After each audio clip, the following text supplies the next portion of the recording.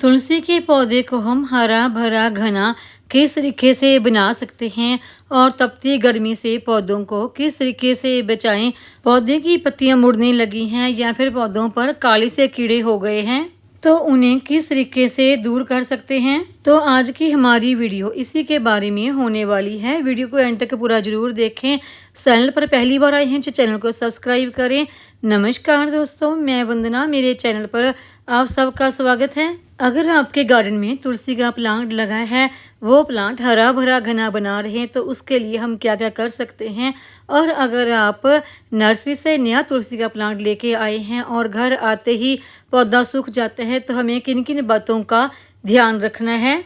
आपके गार्डन में लगा तुलसी का पौधा तपती गर्मी से अगर सूख जाता है तो हमें उसका ध्यान किस तरीके से रखना है और कौन कौन सी पौधे को घरेलू खाद देनी है। मई जून की तपती गर्मी से तुलसी के पौधे को बचाने के लिए हमने किस तरीके से तैयार करना है और इस पौधे को कहाँ पर रखना है। तो देखिए, गर्मियों के दिनों में आप तुलसी के पौधे को कभी भी दोपहर की सीधी धूप में ना रखें। प्लांट को किसी सेमी शेड एरिया में रखें जहाँ पर इसे सुबह की ही कम से कम 1 से 2 घंटे की धूप मिलती रहे।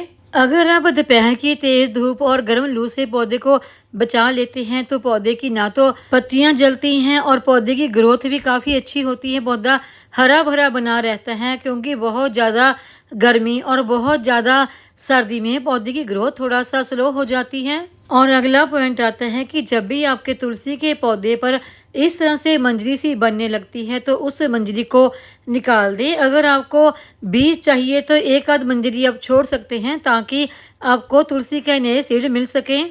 तुलसी के ऊपर अगर इस तरह से देखिए मंजरी बनी रहती है ना तो उससे पौधे की जो पत्तियां हैं वो छोटी होना शुरू हो जाती हैं। तो देखिए, अभी इस प्लांट की पत्तियां काफ़ी बड़ी बड़ी हैं। अगर हम मंजरी रहने देते हैं तो पत्तियां छोटी होने लगती हैं, प्लांट की ग्रोथ भी रुक सी जाती है और प्लांट के ऊपर ये मंजरी एक भार के समान होती है। जितने भी आपके गार्डन में तुलसी के प्लांट हैं सभी की मंजरी आप समय समय पर निकालते रहें। तो मेरे गार्डन में तो देखिए सैकड़े ही पौधे हैं तुलसी के, वो सब भी मैं आपको दिखाऊंगी। अब बात करते हैं कि तुलसी के पौधे को हम कौन कौन सी घरेलू खाद दे सकते हैं। क्योंकि तुलसी के पौधे पर कभी भी किसी केमिकल फर्टिलाइजर का इस्तेमाल ना करें और खाद देने से पहले हमने गमले की मिट्टी की थोड़ी सी गुड़ाई जरूर कर लेनी है। गुड़ाई करने से जो भी हम खाद देते हैं उसका सीधा असर प्लांट की रूट तक होता है और गुड़ाई करने से प्लांट की रूट तक धूप और एयर दोनों पहुंचते हैं। मेरे इस गमले में देखिए 3 से 4 प्लांट तुलसी के लगे हैं तो मैं अभी धीरे धीरे इन सारे प्लांट को निकाल दूंगी, एक ही प्लांट इसमें रखूंगी। मेरे इस गमले की मिट्टी देखिए कितनी भुरभुरी सी हल्की सी मिट्टी है। इस तरह की मिट्टी आपके गमले की होनी चाहिए जिसमें कि मॉइस्चर बना रहे और पानी बिल्कुल भी रुके नहीं। अगर इस तरह की आपके गमले की मिट्टी होती है तो कितनी भी गर्मी क्यों ना हो आपका प्लांट सूखता नहीं है। अगर आपकी मिट्टी बिल्कुल ड्राई सी सख्त सी मिट्टी है तो जब गर्मी ज़्यादा शुरू होती है तो उसमें प्लांट सूखने लग जाता है। गमले की मिट्टी में मॉइस्चर बना रहे तो उसमें ओवर वाटरिंग करने की ज़रूरत नहीं होती, बल्कि गमले की मिट्टी में कोई ना कोई घरेलू खाद देने की ज़रूरत होती है। तो जो घरेलू खाद हम आज अपने तुलसी के पौधे को देने वाले हैं वो है ये चाय पत्ती की खाद, जिसमें कि नाइट्रोजन की भरपूर मात्रा होती है। इसके इस्तेमाल से पौधे की नई नई पत्तियां निकल के आती हैं और पौधे की स्टेम भी मजबूत होती है और पौधे की स्टेम और पत्तियां सूखती भी नहीं। चाय पत्ती का आप फ्रेश का भी इस्तेमाल कर सकते हैं और जो आप इस्तेमाल कर लेते हैं चाय पत्ती उसको इस्तेमाल करने के बाद धोकर सुखाकर उसका भी इस्तेमाल कर सकते हैं। मैं यहाँ पर फ्रेश चाय पत्ती का इस्तेमाल कर रही हूँ। 1 चम्मच यहाँ पर मैंने चाय पत्ती ली है। अगर आप इस्तेमाल की गई चाय पत्ती का इस्तेमाल कर रहे हैं तो उसकी मात्रा दुगनी रखें। यानी कि अगर मैंने 1 चम्मच ये फ्रेश चाय पत्ती ली है तो आप इस्तेमाल की गई चाय पत्ती के 2 चम्मच तक इस्तेमाल कर सकते हैं। चाय पत्ती को आप हर 15 से 20 दिन के बाद दोबारा भी रिपीट कर सकते हैं। और दूसरी जो चीज़ आपने इस्तेमाल करनी है वो है ये एलोवेरा।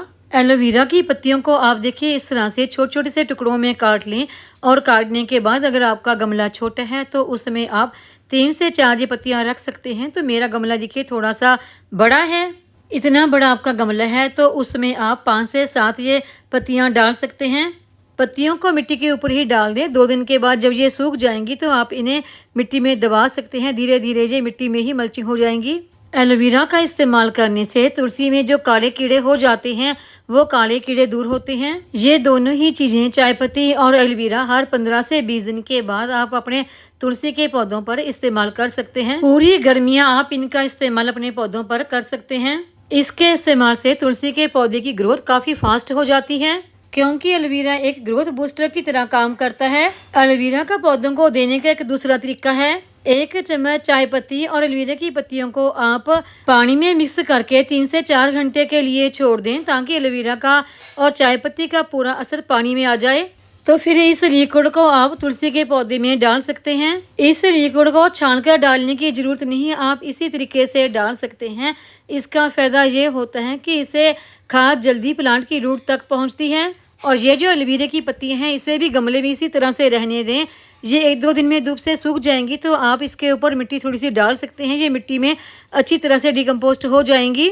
ये और चाय पत्ती गमले की मिट्टी में मल्चिंग की तरह रहेंगी और पौधे की जड़ों को ताकत मिलती रहेगी। ये चाय पत्ती और एलोवेरा की घरेलू खाद आप सिर्फ तुलसी के पौधे को ही नहीं बल्कि आप गर्मियों में अपने सभी पौधों को दे सकते हैं। ये 2 तरीके मैंने आपको बताए एलोवेरा और चाय पत्ती की खाद के पौधों को देने के, एक तो सीधा ही मिट्टी में देने का और दूसरा पानी में मिक्स करके देने के।